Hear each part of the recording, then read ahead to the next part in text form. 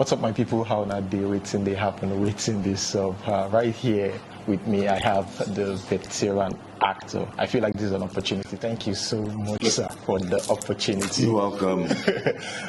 So we have a couple of questions today. I hope he's ready for me because some of it are quite intense. Yeah, well, it depends on what intense means. Well, I'll answer to the best of my ability. The ones I can't answer, I'll tell you I won't answer them. no problem, sir. Okay.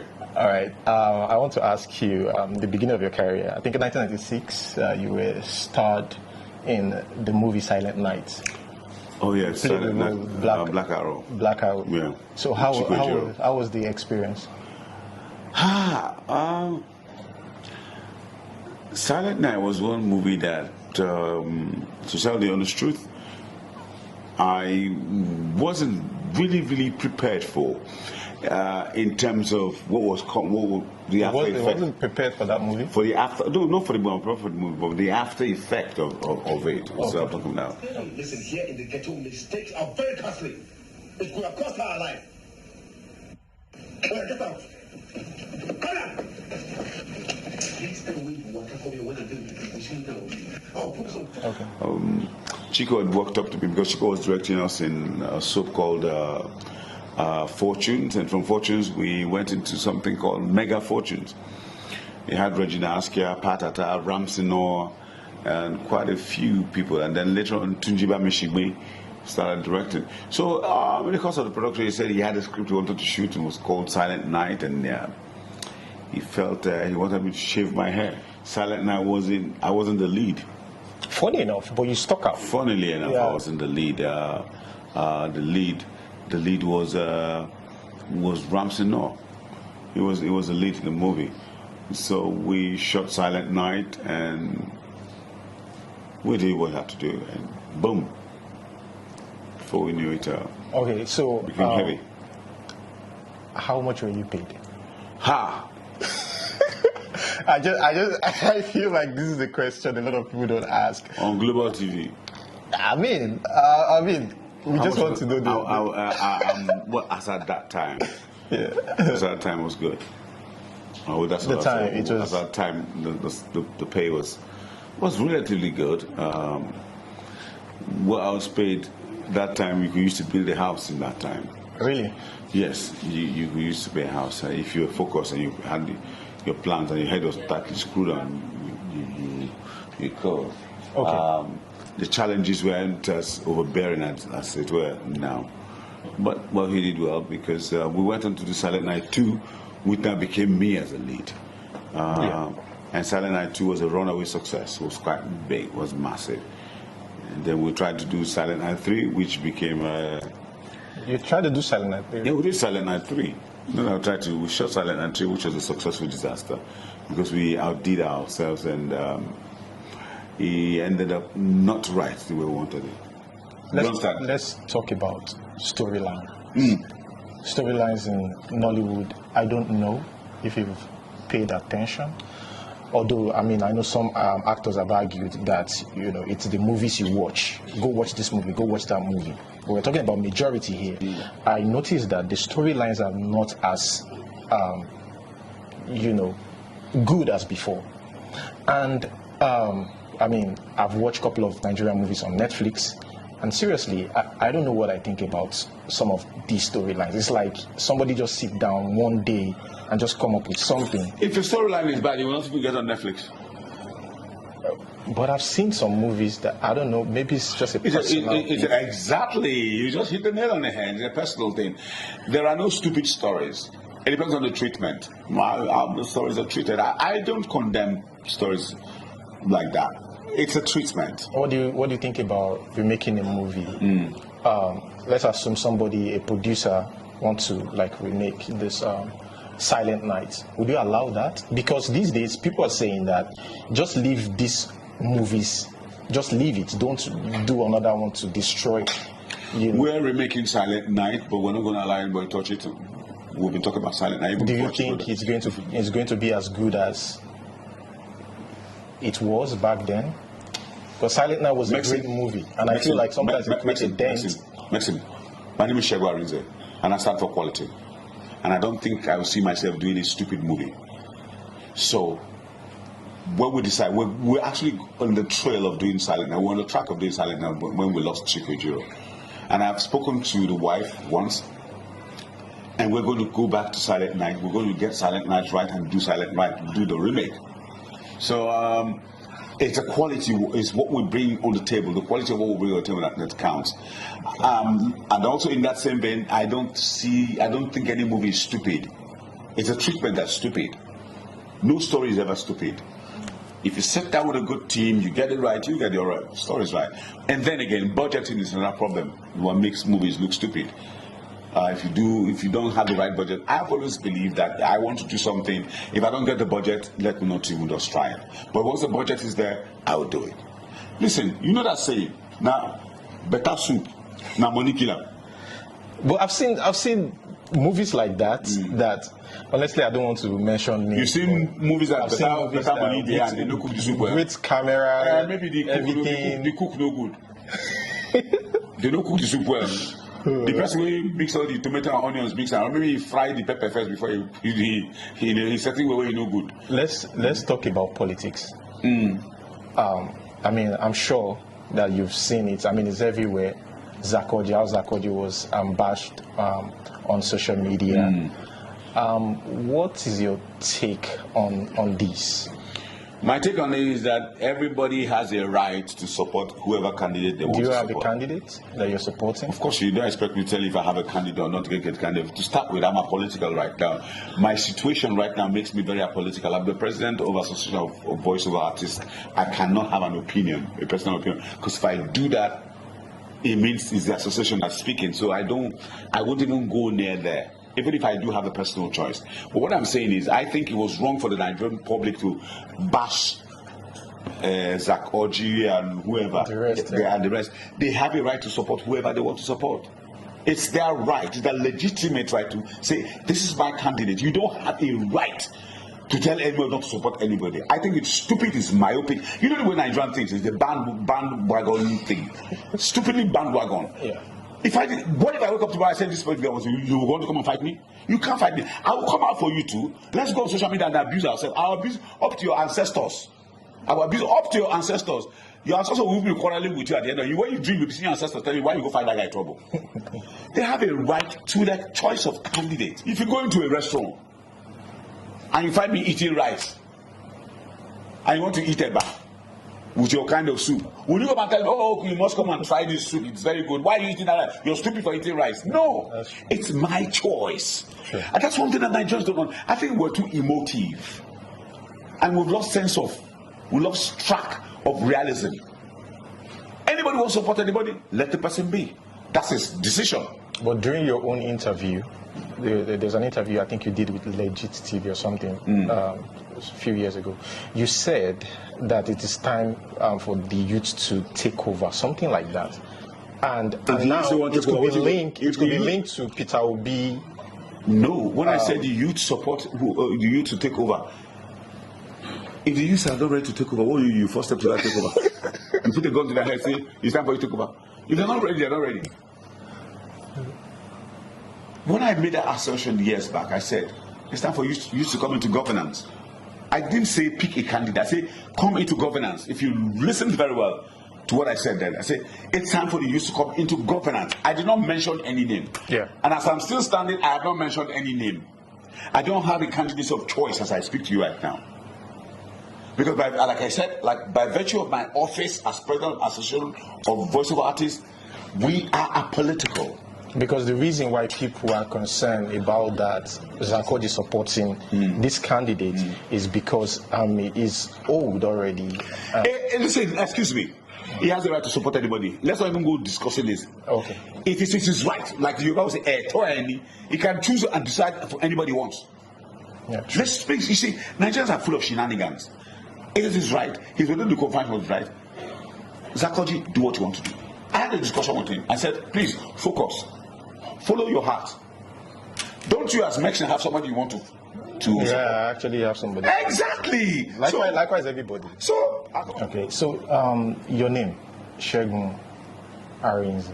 I mean, Segun, a Yoruba name, Arinze, an Igbo name. What's the correlation? I don't understand. Well, the correlation is the correlation that you're seeing. It's Segun Arinze, nothing more to it. I used to be a singer, and my recording company then had a GM, equivalent of an MD in DC. And I had done a demo, and he liked it, and he said he wanted to sign me on as a singer on the label. But he wasn't comfortable releasing my album as Segun I Know. As a I wanted to say that. Yeah, well, Segun I Know, and he yes. felt it would sound like a Fuji artist. And so he asked if I had other names. And I mentioned Arinze as one of the names, and he said I shouldn't bother.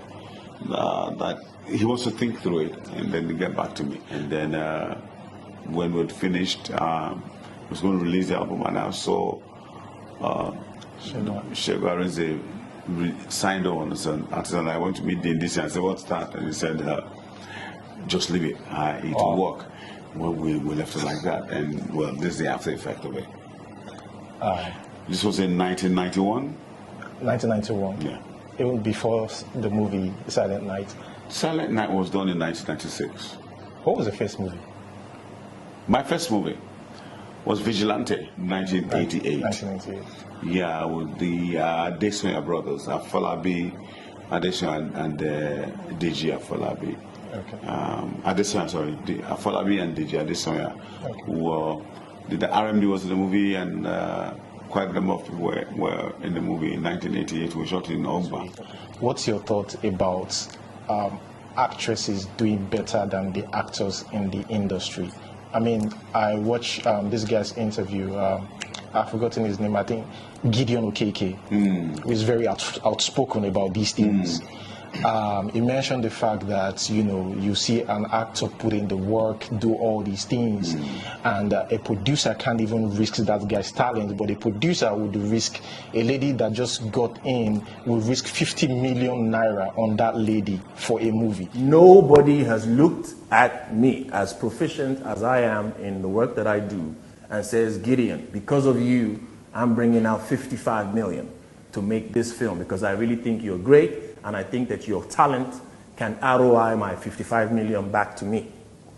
But many a great producer, people's husbands, have made films for other people's wives, people's girlfriends, not necessarily because they're good at what they're doing, but because they can use their equity or their value to rake in back that 55.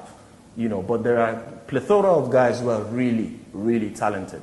I'm just saying, the balance, they one kind. Gideon Okeke is somebody I respect so much. I respect his talent, I respect his persona, I do. But that's his personal opinion. You don't use it to judge every other person. Maybe that's what he's saying. Quite a few of us have done very well for ourselves in the industry. I mean, I own a home. I own a home with my wife. I think I would say I've done relatively well for my career. I've gotten to a certain level in my career, and I'm still working. I always see myself as work in progress. So I wouldn't know about actresses doing better than actors. Listen, it's how do I put it? But it's out there. It's quite obvious. When you say it's quite out there, I don't understand. A woman is a woman, a man is a man.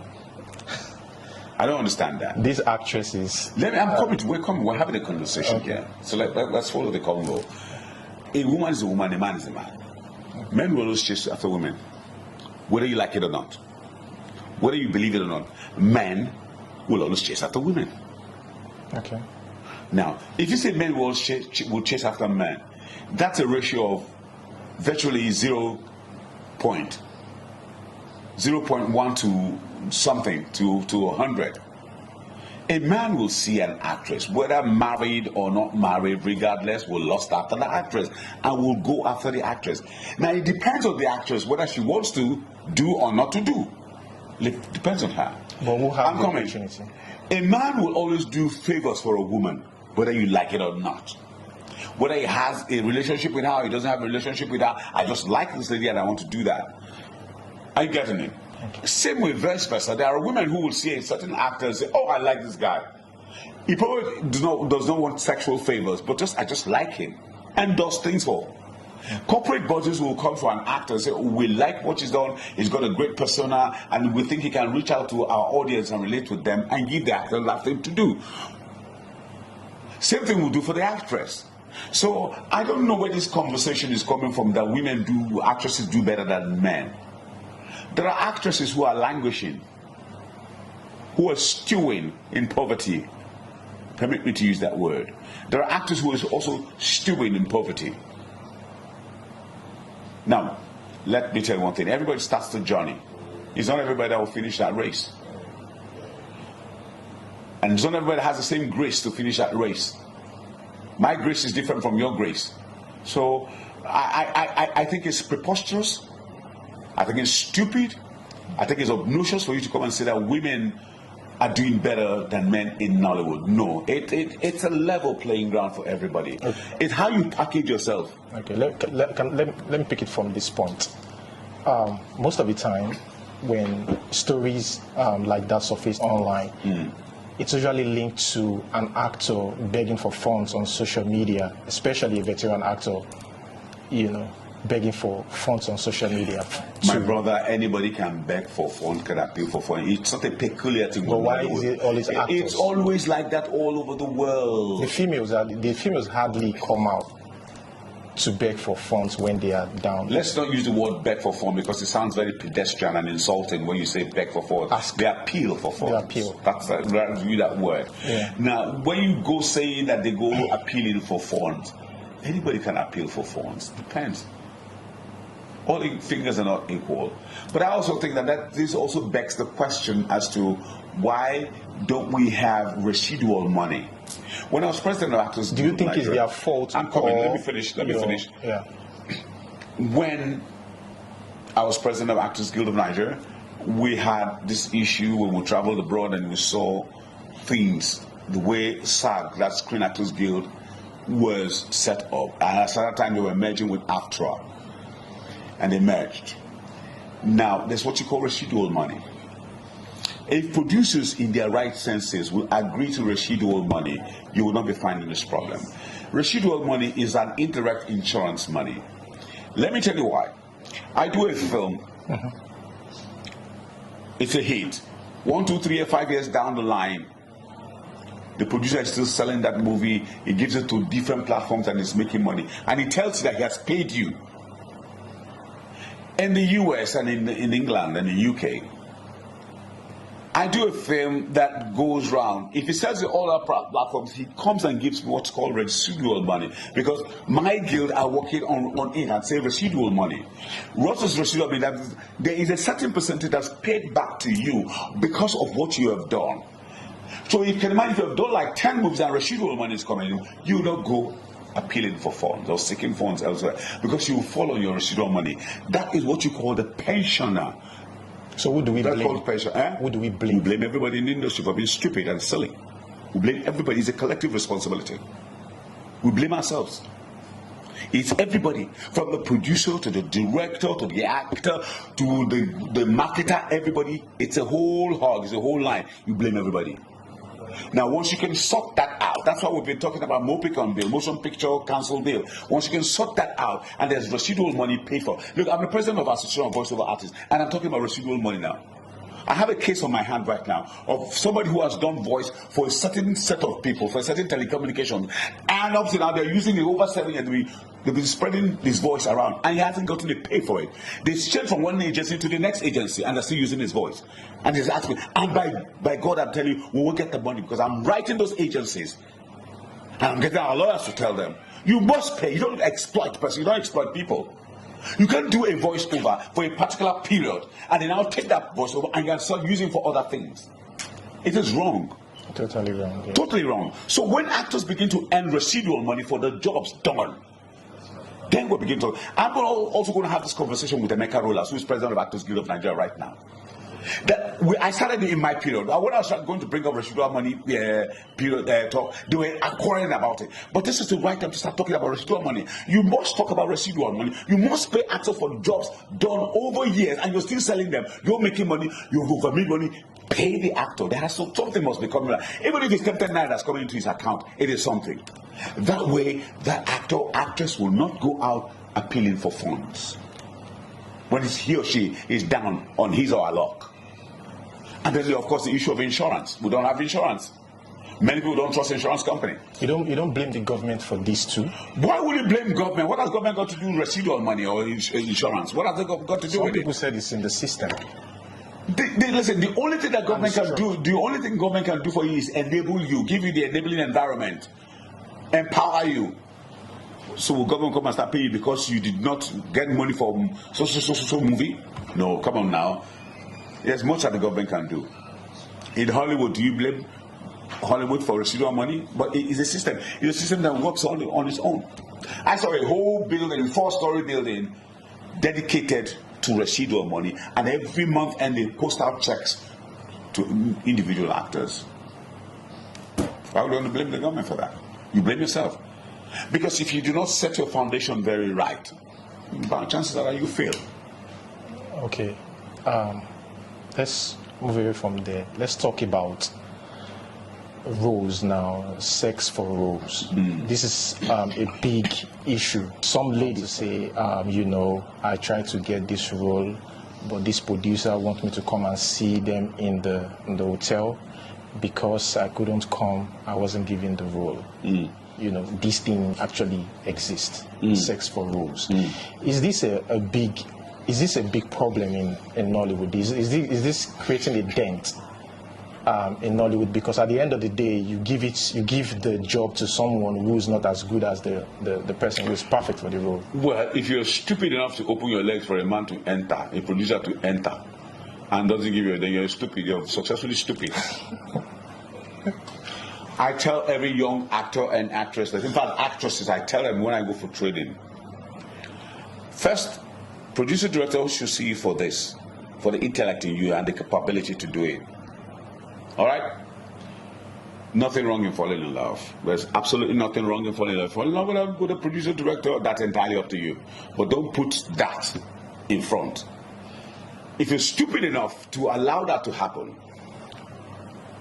he will take advantage of it.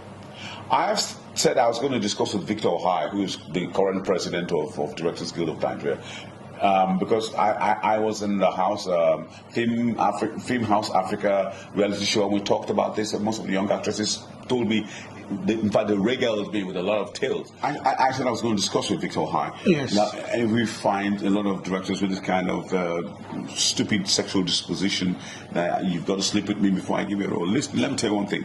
Any actress who is stupid enough to sleep with a director for roles is damn right stupid. Downright stupid. Because when you do that, you mess yourself up. And let me tell you one thing. The minute you sleep with one director, you slept with everybody. Because they go telling themselves. And you say you want to act. They say, oh, okay, let me give you a role. What can I do for you? Okay, oh, Nancy Simel is on my set. So you play the girl that comes to serve Nancy Simel a drink. And you come and play the role of girl serving Nancy Simel a drink and you walk off. He's done you that favor. He will never give you that role. And you tell you want to play the role that Nancy Simel wants to play. He will never give you that role. He will never, ever. He's eaten the apple. He's licked his tongue. And he's off. And after biting the apple, he takes the remaining rot of the apple and throws it behind him, and you hear it in the trash can go, you're done. Next, who's the next conquest? Who's the next actor he wants to bang? It's a slam bang thing. So if you're stupid enough as an actress to fall into that trap, you're an idiot.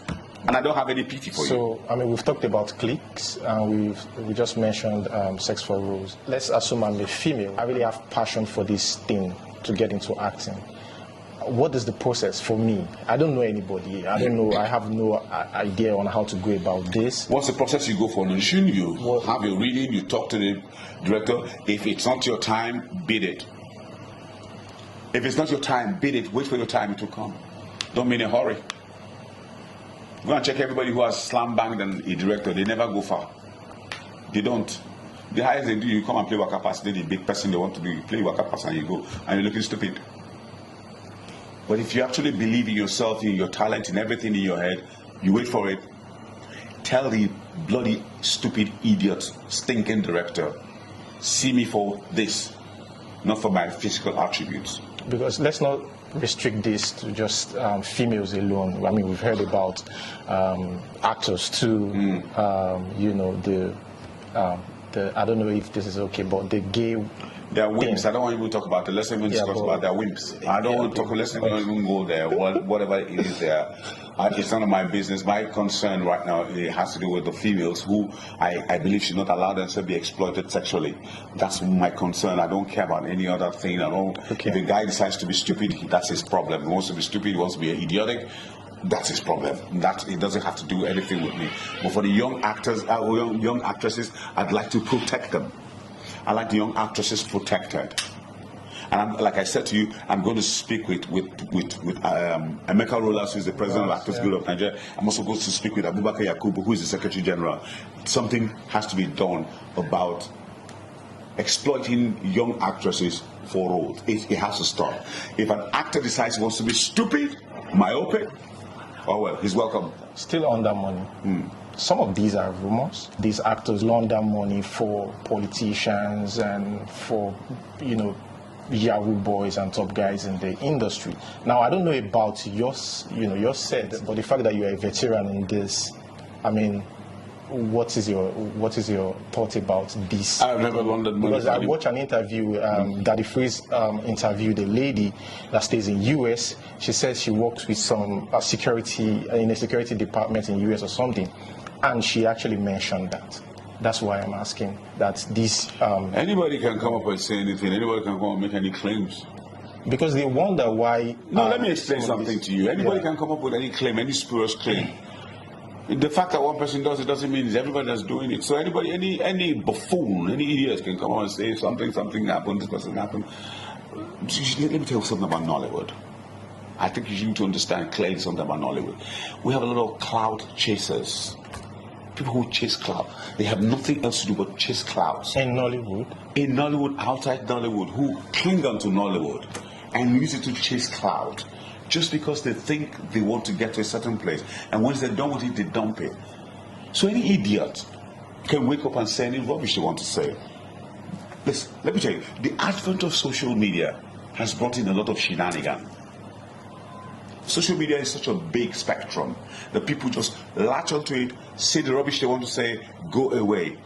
Make the money what they want to make, the few coins they want to make, and go away. Okay. Now, if you're a professional, you will know. Why would you want to use Nollywood for money laundering? I've never laundered money for anybody, and I don't think any of my colleagues has laundered money for anybody. For my set, for my generation, has laundered money. I don't see that. So if that is what they do, all well and good for them.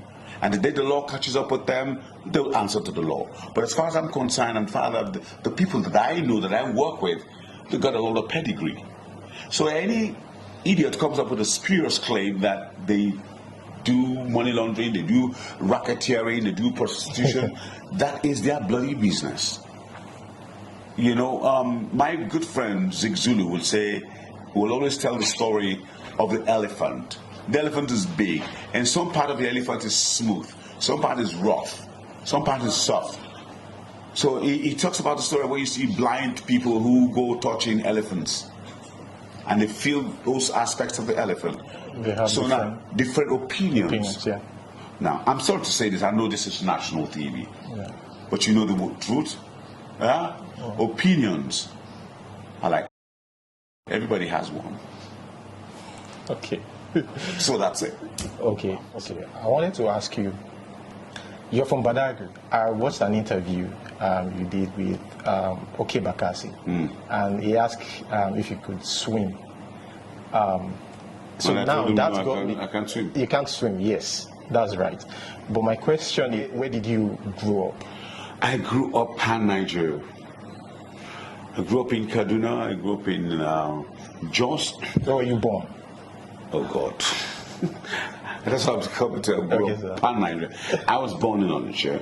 Then my mother brought me to Lagos to stay with my dad's age 3, 4, and went to school in Lagos here for a while, and then my dad relocated to Benin. From Benin, went to Asaba.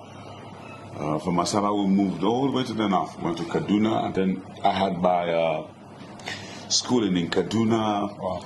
And then I went to Jos to continue schooling in Jos, and then went to Zaria. From Zaria, visited Kano.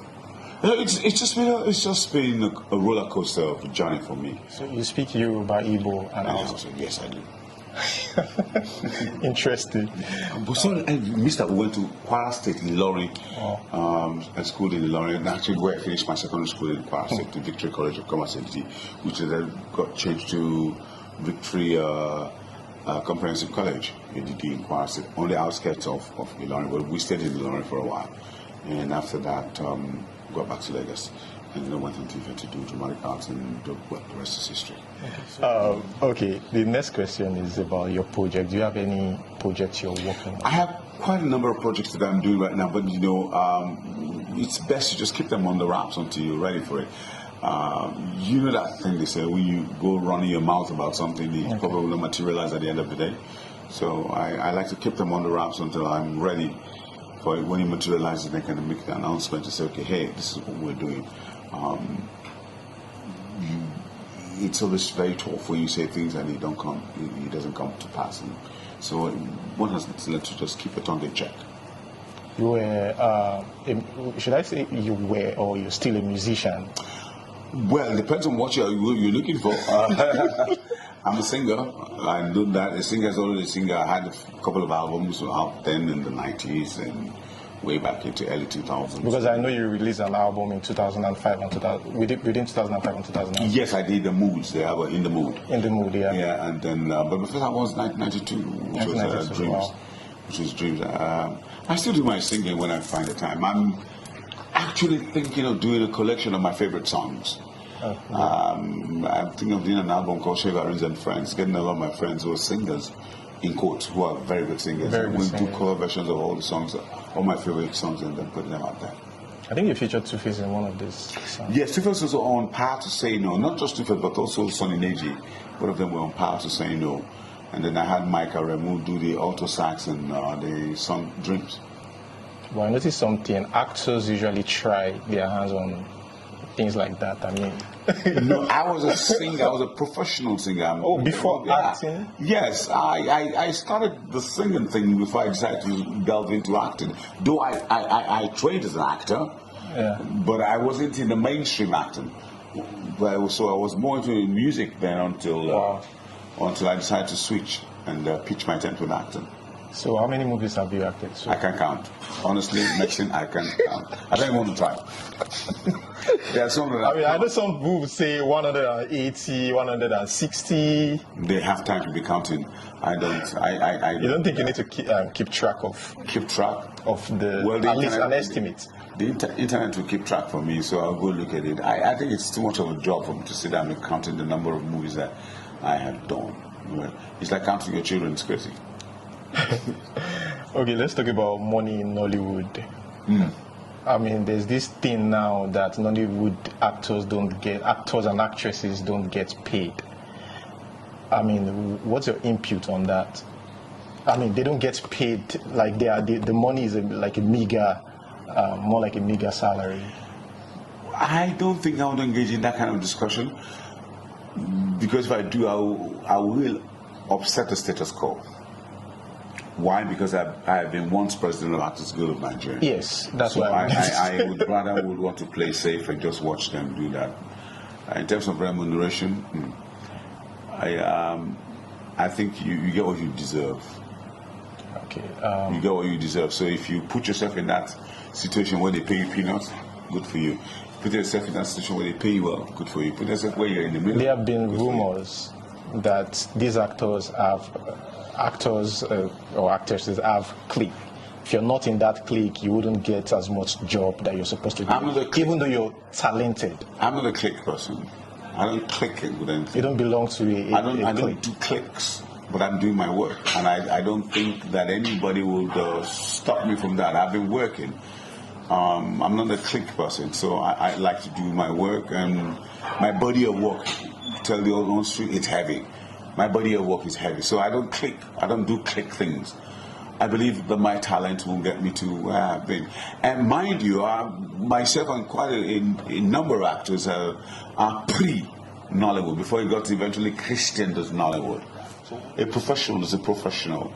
And if you take your profession very seriously, you live by it, and you live by the standards, the best practice, the best international practice. So if you go clicking, then because you think you're an actor, you're in a clique, you fade out, you fizzle out as fast as you can. I think you should concentrate more on your career and try to make the best out of the career rather than joining cliques. I think it's a height of frivolity and disrespect for your talent as an actor. Let's talk about your family.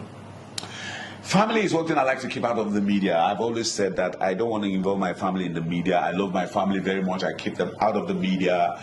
Focus on my talent, focus on my works, focus on everything that I've done personally as an individual for the industry, but leave my family out of it. I don't want that. I never will encourage that. I promised my wife from the first day I was going to marry her, I said, I love you very much, and I'm going to keep you and my kids out of the media. I don't want that. My private life is private. My public life, let's talk about it.